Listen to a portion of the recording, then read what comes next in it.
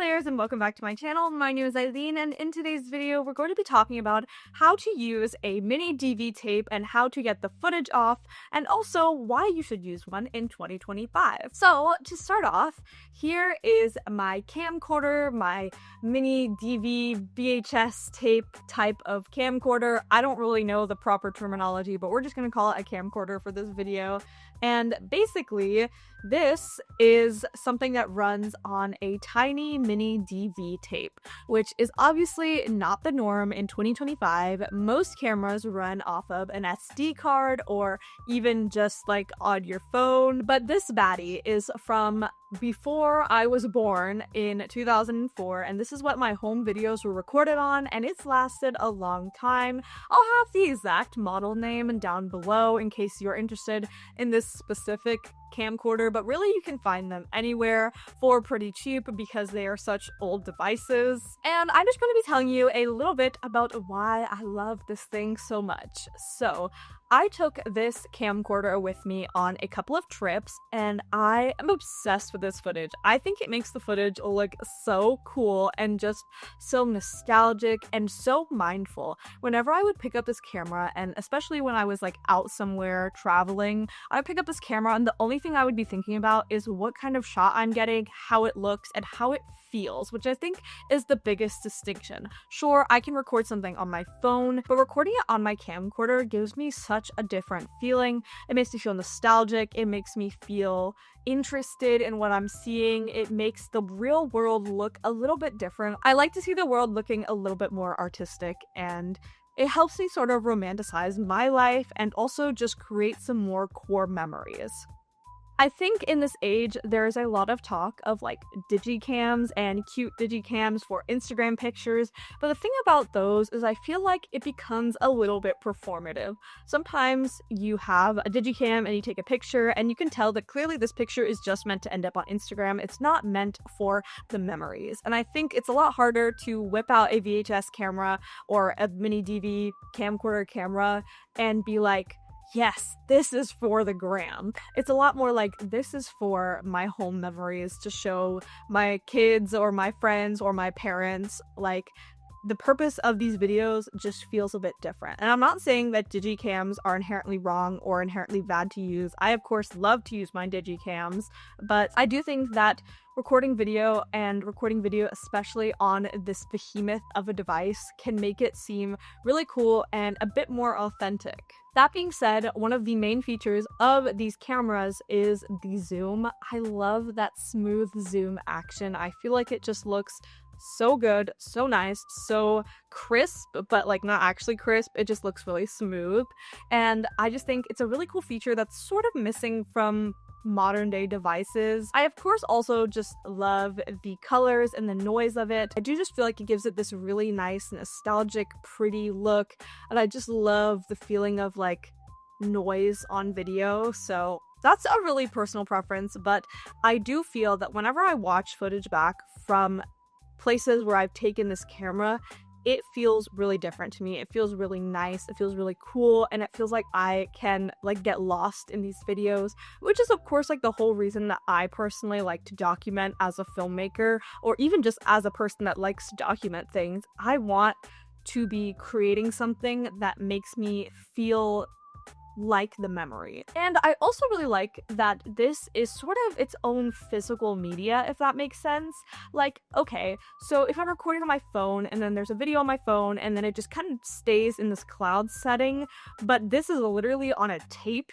And while that's not the most practical thing ever because you can record over it by accident and tapes will get destroyed and eventually not work anymore, but you can technically just have like the physical tapes in your home and plug it in or send it off whenever you want. So I think that there's something cool about this physical media aspect, especially in a world where just everything is so cloud organized or digital organized. I'm not saying that those are bad things, but also, I don't know, it's just not an experience you get very often anymore, and so I kind of like that about it. What can I say? I'm just not like other girls, you know? So anyways, enough blabbing about why I like this thing so much and why maybe you should like it too. I'm gonna show you, if you happen to have one already, how to get the footage off, because it is a bit different and it does require a couple of extra steps. So the first thing you will need is, of course, your camera, and you will need to film something already. The next thing you will need is this cable. So this is an S-video cable, and I had never seen one before I did this. Okay, and then moving on, you will also need this really fun looking adapter. So this is not an octopus. It is, in fact, honestly, I have no idea what this is called, but it basically is like half of a USB stick and then the other half a bunch of cords, and one of these cords is the other end to an S-video cord. And if you have a laptop that does not have a USB port, you will also need an adapter for that port. Now that we have that covered, essentially what you are going to do is you're going to take your S-video cable, and there should be a spot on your camera that says S-video. So you're gonna plug one end of that S-video into your camera, and the other end is going to go into your weird octopus flash drive stick, and then the flash drive stick is going to go into your computer or into your adapter computer. Now that you have it plugged in to your computer, you're going to need to download a software called OBS. Now this is just going to essentially be a recording device on your computer. Okay, so you're gonna open OBS, and then you're going to turn your camera on. Now you're going to go to the Sources tab in OBS and click the plus button. There should be something somewhere that says Video Capture Card Device. And then it will open a menu for you to capture where it's from. And you will just select the one that says AB USB. And then you should see a feed start to pop up from your camera, and it should just be whatever screen is paused on or whatever blue screen.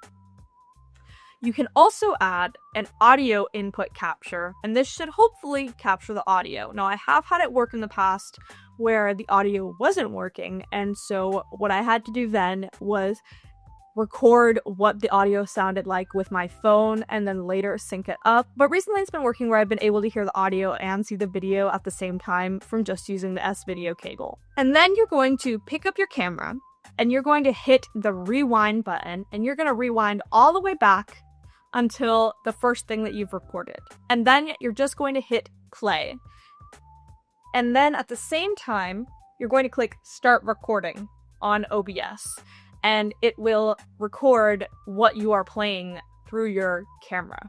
So you're gonna have to play whatever you shot all the way through, and it will record it on OBS. At the end, you can hit stop recording, and it should stop and save it somewhere. Now, if you want to check where it's saved, it will tell you on the bottom left of your screen. And then once you played all of the video through and you've stopped recording, hopefully you should see your camera's footage and you will be able to use it and edit with it and watch it back on your computer. And yeah, so essentially that's just what I do for me. I'm sure that there are other ways to do it. Originally, I actually did see a tutorial where you use these 3 little cables instead of the S-video cord, but for whatever reason that didn't work for me. So the only thing that worked was my specific camera model, and just what I had was using an S-video cord. So I recommend doing that, and I will link the products that I have down below. Not that they're like the only products you should use. If you find it cheaper, go buy it cheaper somewhere else. And yeah, I hope that this gives you a way to make something a little bit more retro, a bit more accessible.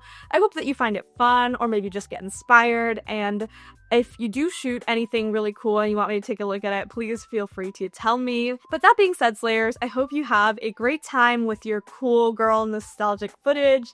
And remember to like and subscribe. I'll talk to you all later. Bye!